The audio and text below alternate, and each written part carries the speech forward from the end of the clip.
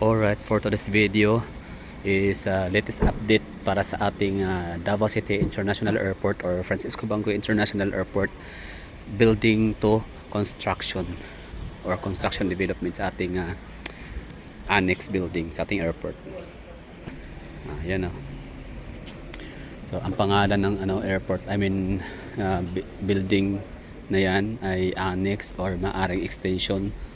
So hindi ko alam. So yun ang lalapitan pa natin para mas makita kung ano nga ba. Pero tansya ko nga dito, gagamitin ito as international arrival and departure area. So panigurado, no? Kasi ang ganda ng design.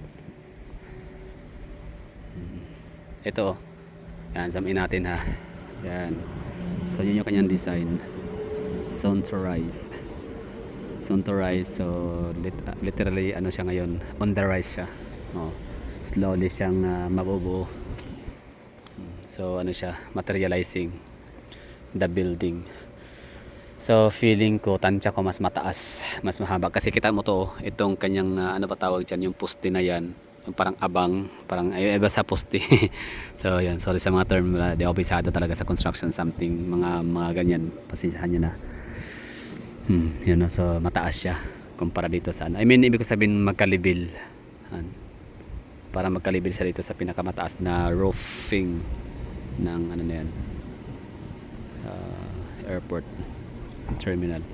May mga nagsabi na pangit daw ang airport ng Davao City. Siguro sa loob pwede, boring, outdated, antiquated, ganyan, parang walang masyadong anything, no, basta wala. Pero pag sa labas ka, doon mo ma-appreciate ganda ng ng kanyang style. Hugis siya, parang tuktuka ng agila, pakpak, basta siya, Philippine Eagle ang kanyang sa design. At saka hindi pa ako napunta ng Zamboanga City Airport, pero kita ko sa mga picture parang may resemblance sa Davao City. So pick or tuka ng ng agila. Tapos lalo pag araw, lalo maganda ang view ng Davao City kasi pagkalapag mo na sa runway pa lang, greenery na, grabe, sarap sa mata na makita ng green. Tapos may pabundok pa ng konti, hills, tapos Mount Apo, basta ang ganda ng atmosphere ng Davao City. Kaya best advice, or I highly recommend sa inyong mga traveler, mga bibisita dito sa Davao City na i-try nyong dito, bumiyahe sa Davao City, lumapag or sumakay, lumipad or lumapag man ng araw, daylight, broad daylight, para makita nyo yung view ng Davao City within the airport perspective.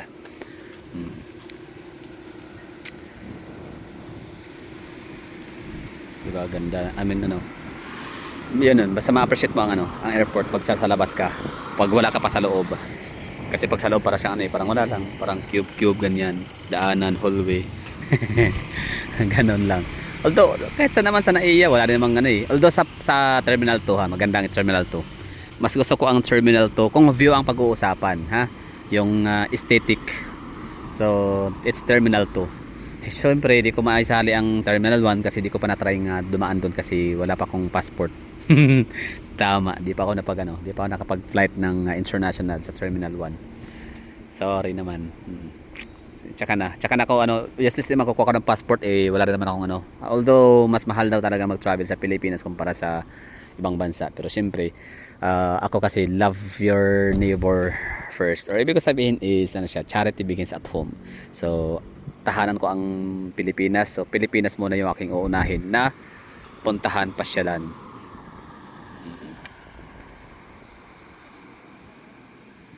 Okay, so ito yung ito yung latest wala na, i-share ko lang, ganda update ng airport. So ba hitsura nito? Ito, lapitan natin, tapos basahin na rin natin yung kontraktor, kung sino nga ba ang kontraktor at magkano yung budget dito. Sana meron tayong makita dito na nagsasaad or naglalahad, or nakasaad kung anong pangalan ng airport or ng building na to dito. Ito ba ay annex or extension, or siya ba ay exclusive for OFW, or ibig sabihin na international, soon to rise.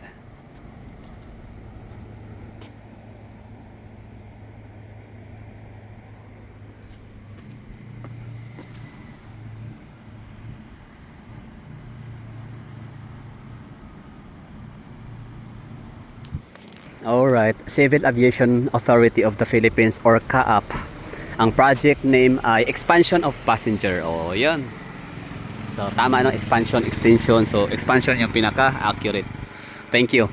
So, Expansion of Passenger Terminal Building at Davao International Airport. So, hindi nakalagay dito kung pang ano ba siya, pang OFW, pang international ba siya or pang domestic.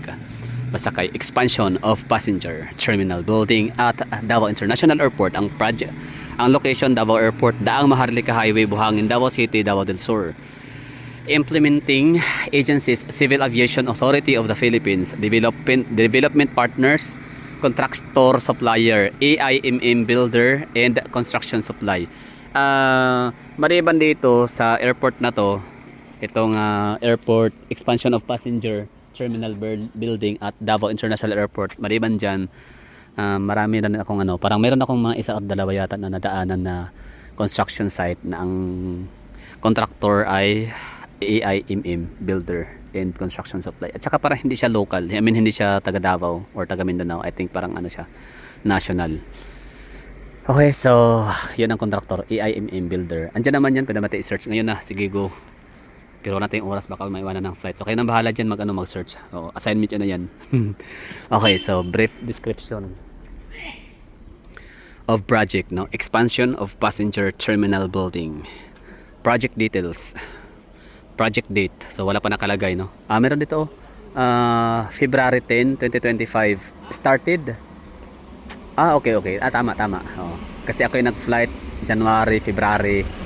Tapos January, February flight ko noon. Yung aking lipad-lipad.